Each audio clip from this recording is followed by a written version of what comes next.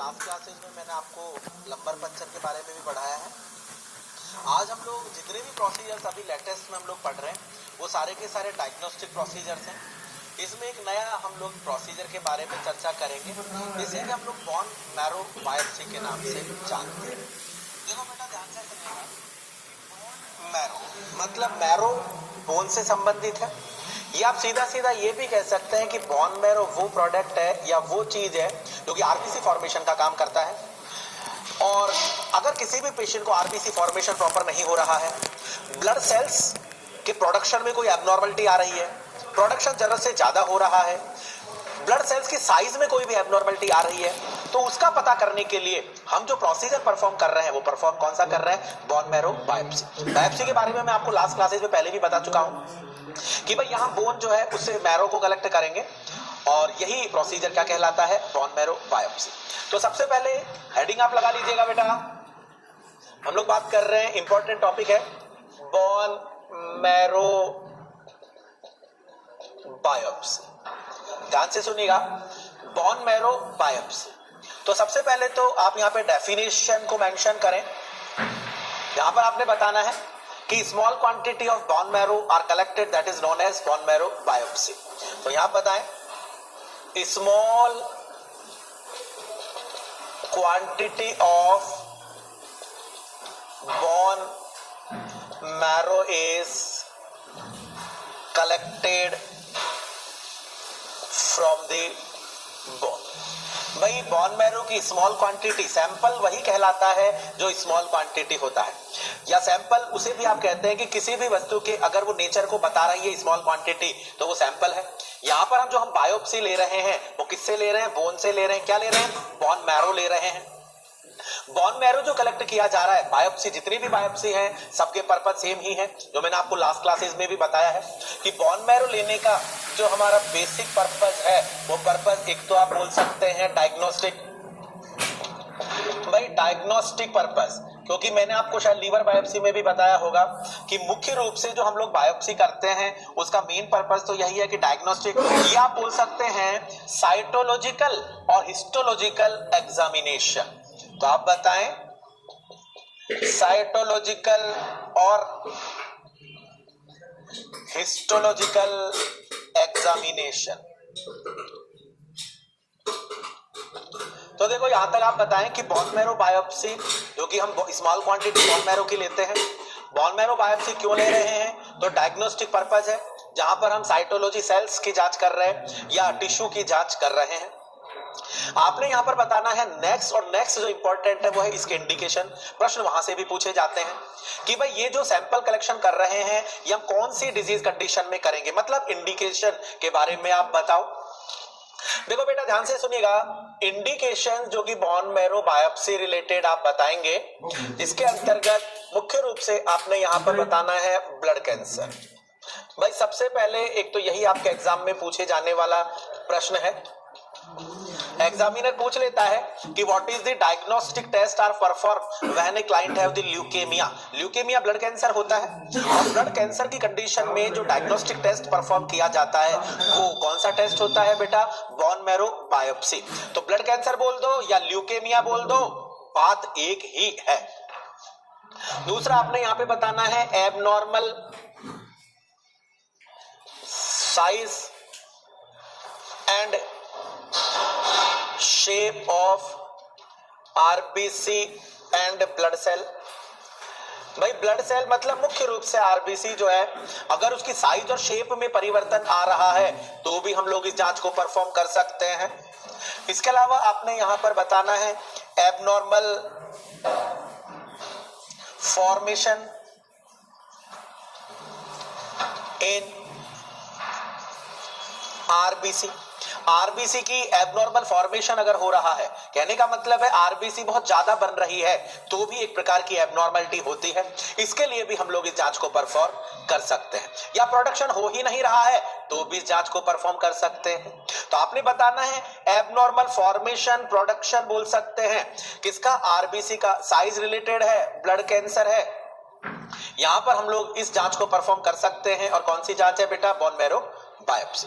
तो यहां से प्रश्न आता है, एक तो इसको आप ध्यान दे सकते हैं।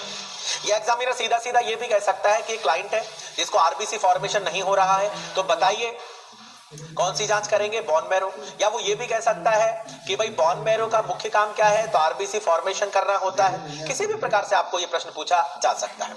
चलो साहब यहां तक बताएं। इसके साथ साथ आगे आपने बताना है नेक्स्ट, और नेक्स्ट जो पॉइंट हम लोग बात कर रहे हैं कि ये जो बोन मैरो बायोप्सी आप कलेक्ट कर रहे हैं, तो बोन मैरो बायोप्सी को कलेक्ट करने में प्रोसीजर के ऊपर हम बात करेंगे कि भाई आप बोन मैरो बायोप्सी लेना चाहते हो तो आपको जरूरत कौन कौन से आर्टिकल्स की पड़ने वाली है। तो देखिएगा सीधा सीधा हम लोग बात करेंगे, किसके ऊपर आएंगे बेटा, प्रोसीजर पर आकर के बात करेंगे। प्रोसीजर जहां पर मुख्य रूप से जो हम लोग बात करना चाहते हैं किसके बारे में, आर्टिकल्स के बारे में। तो आपने यहां पे बताना है आर्टिकल्स कौन कौन से आप कलेक्ट कर सकते हैं। भाई बोन मैरो बायोप्सी में आर्टिकल्स कलेक्ट करें। आर्टिकल में सबसे जो इंपॉर्टेंट है वो है आपका बायोप्सी नीडल। क्या बोलना है, बायोप्सी नीडल।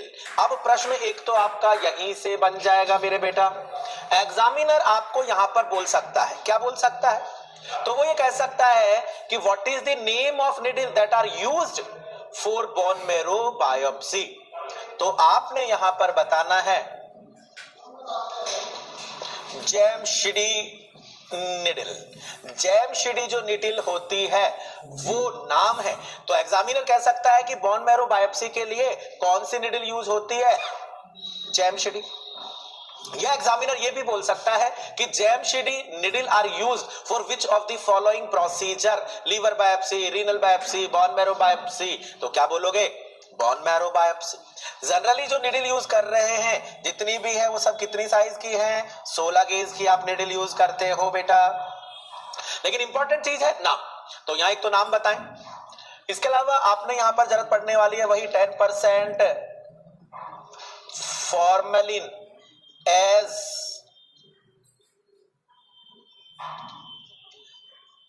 प्रिजर्वेटिव।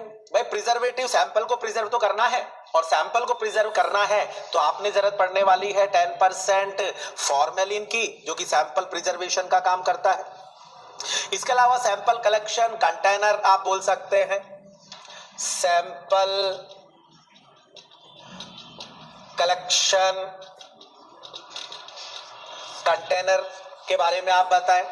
इसके अलावा वही बीटाडीन आपने चाहिए स्किन को क्लीन करने के लिए, डिसइंफेक्शन वगैरह करने के लिए। तो ये कुछ कॉमन से आर्टिकल हैं जो आपको हर बायोप्सी रिलेटेड प्रोसीजर में आवश्यक हो सकते हैं। इसके अलावा आगे आपने बताना है, देखो ध्यान दीजिएगा, हम लोग बात कर रहे हैं प्रोसीजर, और प्रोसीजर किसका बेटा, bone marrow biopsy. Bone marrow biopsy जहां पर हम लोग आर्टिकल्स कलेक्ट कर रहे हैं, आर्टिकल में जो सबसे इंपॉर्टेंट आर्टिकल है वो इसकी क्या है बेटा, निडल है। और निडल कौन सी है, जेमशिडी निडल बोलते हैं। कौन सी निडल बोलते हैं बेटा, Jamshidi. Jamshidi needle are use for the bone marrow biopsy. तो नाम एक तो आपको प्रॉपर पता होना चाहिए। इसके अलावा आगे आपने बताना है बेटा नेक्स्ट जो पॉइंट है उसके अंतर्गत आपने बताने हैं कुछ नर्स का रोल स्पेसिफाइड जो यहां हो सकता है, जिसके अंतर्गत हमने बता दिया आर्टिकल है, कंसेंट की जरूरत है, कंसेंट आप ले लेंगे। जरूरत आप में यहां पड़ रही है तो आप पार्ट प्रिपेयर वगैरह कर सकते हैं। ये सब मैं आपको ऑलरेडी बता चुका हूं जितने भी प्रोसीजर हमने पढ़े हैं। इसके अलावा नेक्स्ट है जो आपके लिए ज्यादा इंपॉर्टेंट है, साइट सिलेक्शंस। बेटा बोन मैरो जो आप ले रहे हैं उसका साइट सिलेक्शन अपने आप में इंपॉर्टेंट है। इंपॉर्टेंट क्यों है, तो मैं आपको यहां पर बता दूं कि भाई आप बच्चों में छोड़ दें, इसके अलावा बड़ों में अंदर जैसे आप लोग पढ़ते हो इलिया क्रस्ट के बारे में आप लोग पढ़ते हैं, आप लोगों ने पढ़ा होगा स्टर्नम से भी सैंपल लेते हैं, आप लोगों ने पढ़ा होगा लंबर स्पाइन से भी हम लोग सैंपल कलेक्ट करते हैं। तो ध्यान दीजिएगा, साइट जो सिलेक्शन करेंगे उस साइट सिलेक्शन में सबसे पहले हम बात करेंगे किनके बारे में, एडल्ट। भाई साइट जो सिलेक्शन किया जा रहा है वो साइट सिलेक्शन किसके लिए होगा बेटा, एडल्ट। पहले एडल्ट की बात करेंगे और बाद में एडल्ट में अगर आप सबसे पहले बात कर रहे हैं तो एक तो आपने बताना है कहां से लेंगे बेटा, सैंपल स्टर्नम से लेंगे। ध्यान से सुनना, कहां से लेंगे, स्टर्नम। अब स्टर्नम से तो ले रहे हैं, स्टर्नम तो बहुत बड़ा एरिया है, स्टर्नम की बॉडी है, अपर पार्ट स्टर्नम का मैन्यूब्रियम, लोअर पार्ट है जिम्फॉइड प्रोसेस। कहां से सैंपल कलेक्ट करेंगे, कई जगह आपको लिखा हुआ दिखेगा जिम्फॉइड प्रोसेस, जो कि 100% गलत है। तो आपने यहां पर बताना है स्टर्नम से तो ले रहे हैं, लेकिन आप बताएं कि sample collect from upper part of sternum. Manubrium is the upper part of sternum. तो जो सैंपल लेना है वो सैंपल स्टर्नम से तो लेना है, लेकिन स्टर्नम के कौन से पार्ट से लेना है? मैन्यूब्रियम से लेना है। और ये कौन सा पार्ट है बेटा आपके स्टर्नम का? अपर पार्ट है। तो यहां बताएं कि सैंपल जो स्टर्नम से लेंगे वो अपर पार्ट से लेंगे। और ये जरूर ध्यान दीजिएगा कि सैंपल जो आप ले रहे हैं वो कौन सी पोजीशन में कलेक्ट करेंगे। मतलब when you are collecting the sample what is the position placed by nurse, कि आप अगर पेशेंट से स्टर्नम से सैंपल लेंगे तो कौन सी पोजीशन देंगे पेशेंट को? Position of patient. ये पोजीशन कौन से साइट के लिए है? सिर्फ और सिर्फ स्टर्नम। मान लो एग्जामिनर आपको कहता है कि स्टर्नम से सैंपल ले रही है नर्स बोन मैरो बायोप्सी का, तो बताओ पेशेंट को कौन सी पोजीशन देंगे? तो पहली प्रायोरिटी आपने यहां बतानी है। इसमें आप बोलिएगा dorsal recumbent and a pillow is place under shoulder. भाई आप कंधों के नीचे एक पिलो लगा देंगे जिससे ये साइड थोड़ा प्रोमिनेंट हो जाएगी, उभर करके ऊपर की तरफ आ जाएगी। ये मैं बता चुका हूं कि पिलो लगाने का बेसिक एडवांटेज क्या है। साइड प्रॉपर उभर करके ऊपर आएगी, आसानी से निडल इंसर्ट करके सैंपल आप ले सकते हैं। ये जो पोजीशन है स्टर्नम से सैंपल लेने की पहली प्रायोरिटी है। मतलब कोई सी भी पोजीशन आए तो पहली प्रायोरिटी आप इसी पोजीशन को दें। लेकिन अगर ये नहीं आती है तो फिर आप प्रायोरिटी दे सकते हो फाउलर्स पोजीशन। फाउलर्स पोजीशन कौन सी प्रायोरिटी पर आएगी? सेकंड प्रायोरिटी पर आएगी। तो आप देखो आंसर दोनों ही सही है, लेकिन दोनों ही आंसर सही होते हुए भी आपको यह पता होना चाहिए कि पहली प्राथमिकता कौन सी पोजीशन को देंगे और सेकंड प्राथमिकता कौन सी पोजीशन को देंगे। तो यहां आप बता सकते हैं कि एडल्ट में हम लोग बात कर रहे हैं वो साइट जिसके द्वारा बोन मैरो कलेक्ट करते हैं। पहली साइट है स्टर्नम, और स्टर्नम में अपर पार्ट से लेंगे सैंपल। पोजीशन पूछे तो डोर्सल रेकम्बेंट और कंधों के नीचे एक पिलो लगा दें जिससे कि साइड प्रॉपर उभर करके ऊपर आएगी। दूसरी है फॉलर पोजीशन। चले साहब, नेक्स्ट आपने बताना है अगर इस पोजीशन में सैंपल लेते हैं तो यहां पर होने वाले कोई स्पेसिफाइड कॉम्प्लिकेशन। भाई ऐसी स्थिति में क्या कॉम्प्लिकेशन पैदा हो सकता है? तो आपने यहां बताना पंक्चर ऑफ लंग्स। एक तो कह सकते हो पंक्चर ऑफ लंग्स, ये जनरली इस कंडीशन में होने वाला एक कॉम्प्लिकेशन है। अब एग्जामिनर अगर आपको बोले कि what is the expected complication when a nurse are collect bone marrow biopsy from the sternum, sternum से बोन मैरो बायोप्सी कलेक्ट करने पर बताइए कौन सा कॉम्प्लिकेशन है, तो सीधा सीधा आप नाम ले सकते हैं। तो ये ध्यान दें, एक एक पार्ट की बात करेंगे, एक एक साइट की बात करेंगे, पोजीशंस की बात करेंगे और उनसे होने वाले कॉम्प्लिकेशन की बात करेंगे। तो ये तो आपने बताया। नेक्स्ट आपने बताना है लंबर स्पाइन और लंबर वर्टिब्रे। भाई हम लोग सैंपल कलेक्शन की बात कर रहे हैं, पहली साइट आपने बता दी। नेक्स्ट साइट पर अगर हम चर्चा करें तो आप बताएंगे लंबर स्पाइन, लंबर वर्टिब्रे। तो सेकंड जो साइट है लंबर स्पाइन,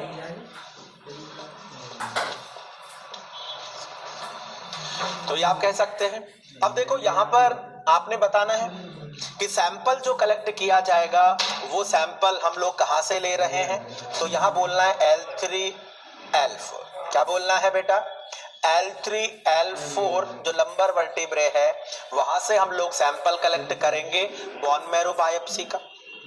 एडल्ट पे चर्चा हो रही है। पोजीशन सेम जो हम लोगों ने लंबर पंचर में भी पढ़ा था, जिसमें आपने बताना है, क्या बोला था बेटा? सी शेप बताया था आप लोगों ने। भाई सी शेप बोल दो, या मैंने आपको कहा था फीटल एटीट्यूड बोल दो, या मैंने आपको कहा था कि भाई हेड और नेक दोनों के अंदर फ्लैग्स कर देंगे। ये मैं बता चुका हूं आप लोगों को पोजीशन। तो देखो यहां हमने बताना है एडल्ट साइट्स की चर्चा हो रही है। यहां पर लंबर स्पाइन से सैंपल लेंगे, L3 L4 यूज करेंगे, पोजीशन कौन सी है, सी शेप। यहां पर होने वाले कॉम्प्लिकेशन, यहां पर अगर कॉम्प्लिकेशन की बात करें तो आपने बताना है स्पाइनल इंजुरी। भाई पेशेंट को कॉम्प्लिकेशंस अलग अलग, भाई वहां पर हमने पढ़े थे तो हमने कहा था सीएसएफ लीकेज होगा, हेडेक, यहाँ ऐसा नहीं है। यहाँ जो बेसिकली आपको देखने को मिलेगा वो आपको देखने को मिलेगा कि पेशेंट को इनकेस सही तरीके से आपने प्रोसीजर परफॉर्म नहीं किया तो पेशेंट को क्या हो सकती है बेटा, स्पाइनल इंजरी हो सकती है। तो यहाँ आप बता सकते हैं। तो देखो हम लोग बात कर रहे हैं कॉमन साइट्स, और वो साइट्स जिनके द्वारा हम लोग बोन मैरो बायोप्सी का सैंपल कलेक्ट कर सकते हैं। नेक्स्ट और नेक्स्ट पे ही रुकेंगे हम लोग, क्योंकि हमारा मेन मुद्दा तो वही है। यहां पर आपने बताना है इलियक। अब यही हमारा मेन पॉइंट है भाई, हम उस चीज पर ज्यादा फोकस दें। आपने देखा होगा कि जो अभी और साइट बताई थी वहां पर मेरा भी रुझान थोड़ा कम था। क्यों? क्योंकि मेरे स्टूडेंट के लिए वहां कोई ज्यादा खास पॉइंट थे नहीं। लेकिन अब यहां पर अगर हम आकर के बात करेंगे ना तो आपका मेन फोकस होना चाहिए। कैसे? तो बात को सुने भाई, इलियक क्रस्ट से आप सैंपल कलेक्ट कर रहे हो और इलियक क्रस्ट में आप सैंपल कलेक्ट करते हैं तो आपने बताना है 2 सेंटीमीटर एंटीरियर और 2 centimetre posterior of iliac crust you can collect the sample. तो आपने बताना है इलियक क्रस्ट। इसमें सबसे पहले तो आप बता दें मोस्ट कॉमन साइट। भाई ये जो साइट है वो कैसी है बेटा, मोस्ट कॉमन साइट है जिसके द्वारा हम लोग बोन मैरो बायोप्सी को कलेक्ट कर सकते हैं। भाई मोस्ट कॉमन साइट के नाम से अगर आपको आती है तो आप नाम किसका लोगे बेटा, इलियक क्रस्ट का। सभी लेंगे तो आप भी ले लेना, लेकिन जब मैं आगे बताऊंगा तो ज्यादा चक्कर मत खा जाना, सिर्फ सुनते रहें और बात को समझते रहें। आपने बताना है कहां से लेंगे, तो आप बता सकते हो 2 centimetre anterior and 2 centimetre posterior. भाई 2 सेंटीमीटर एंटीरियर और 2 सेंटीमीटर पोस्टीरियर। तो आपने यह बताना है कि भाई इलियक क्रस्ट से सैंपल ले रहे हैं और इलियक क्रस्ट से जो सैंपल ले रहे हैं उसमें मोस्ट कॉमन साइट अगर बोली जा रही है तो इसी को बोलना है। और इसमें भी कहा एंटीरियर इलियक क्रस्ट और पोस्टीरियर, तो 2 centimetre anterior and 2 centimetre posterior of iliac crest से सैंपल कलेक्ट किया जाएगा। चलो जी साहब, यहां तक भी हम आ गए हैं, लेकिन अब बात निकल के कुछ और ही आने वाली है। कैसे? तो आप सुन लेना। अब आपके सामने 3 क्वेश्चन बन चुके हैं। ए ऑप्शन ए में इलियक क्रस्ट, ऑप्शन बी में एंटीरियर और ऑप्शन सी के अंदर पोस्टीरियर। अब आपको अगर एग्जामिनर ये तीनों ही ऑप्शन दे दे, जैसे मैं प्रश्न लिखता हूं, what is the most common site is used for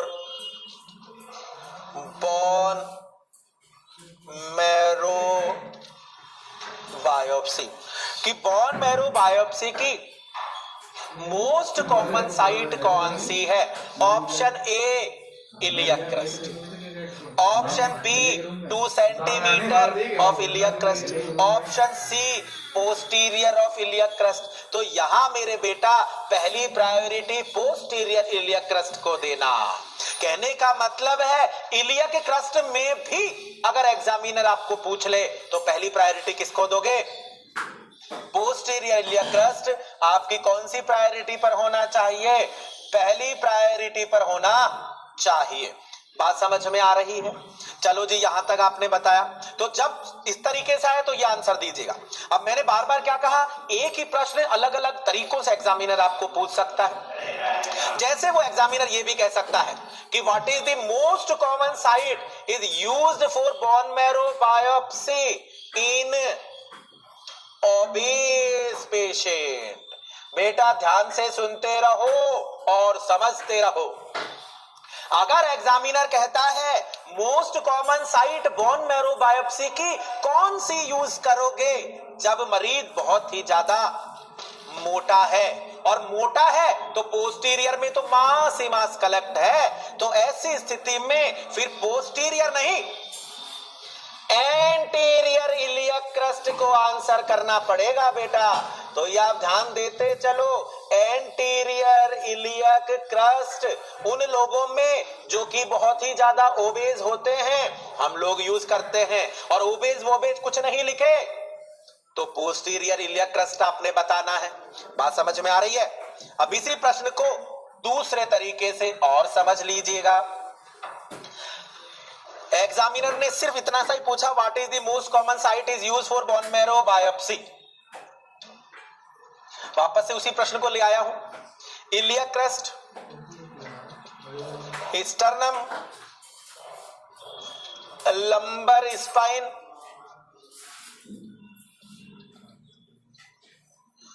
tibial condyle, ये लो। अब प्रश्न कितना इजी हो गया, अब सोचना ही नहीं है, अब तो भिड़ते ही आंसर मानना है, इलियक क्रस्ट आ जाएगा। अरे बात समझ में आ रही है क्या? इलियक क्रस्ट अगर ऐसे आता है तो आंसर इलियक क्रस्ट ही है, लेकिन इलियक क्रस्ट में एंटीरियर और पोस्टीरियर आता है तो पोस्टीरियर इलियक क्रस्ट है, और अगर पेशेंट ओबेज है तो ऐसी स्थिति में एंटीरियर इलियक क्रस्ट। लो, अलग अलग तरीके से मैंने आपको 10 प्रश्न तो बता दिए सिर्फ इसी साइड पर से।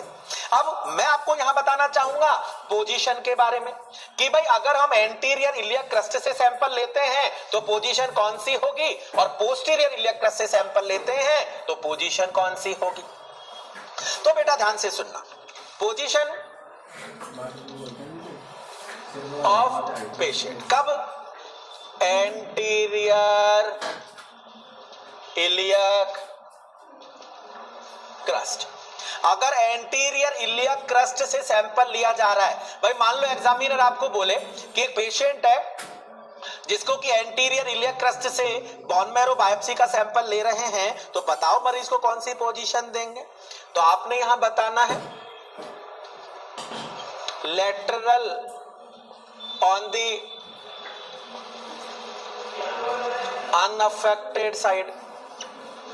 भाई या तो एग्जामिनर सिर्फ और सिर्फ अनअफेक्टेड साइड ही लिख देगा या लेटरल लिख देगा, लेकिन एग्जामिनर अब आपको ऐसे ना बोलकर वो ये भी कह सकता है, वो आपको कह सकता है कि what is the position place by nurse for bone marrow biopsy when the sample are collect from the right anterior iliac crest. तो बोलना है लेफ्ट लेटरल।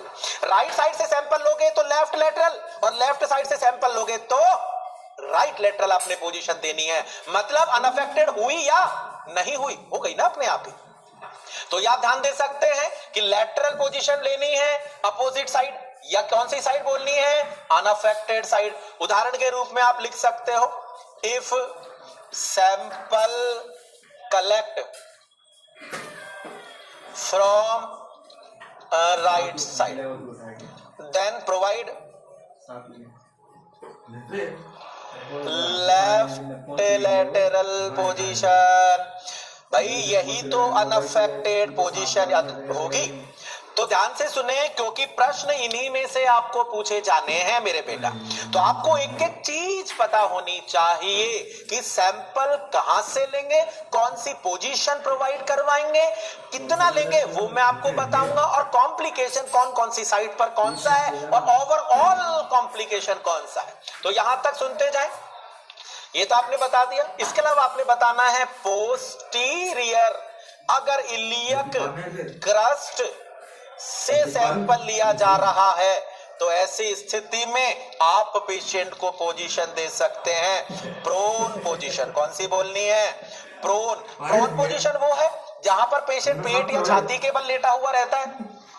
अरे सुपाइन की जस्ट अपोजिट प्रोन पोजीशन कहलाती है। तो प्रोन पोजीशन आप patient को प्रोवाइड करवा सकते हो। तो प्रोन पोजीशन हम लोग यूज कर सकते हैं, that is the just opposite है किसकी, सुपाइन की जस्ट अपोजिट पोजीशन। एग्जामिनर ऐसे भी वर्ड लिख देता है जो मैं आपको बोल रहा हूं। एग्जामिनर आपको कह सकता है कि एक पेशेंट है जिसको कि हम लोग पोस्टीरियर इलियक क्रस्ट से सैंपल ले रहे हैं, बताओ कौन सी पोजीशन देंगे, supine position, lateral position, just opposite of the supine. तो just opposite of the supine के नाम से भी आप याद रखें, just opposite of the supine.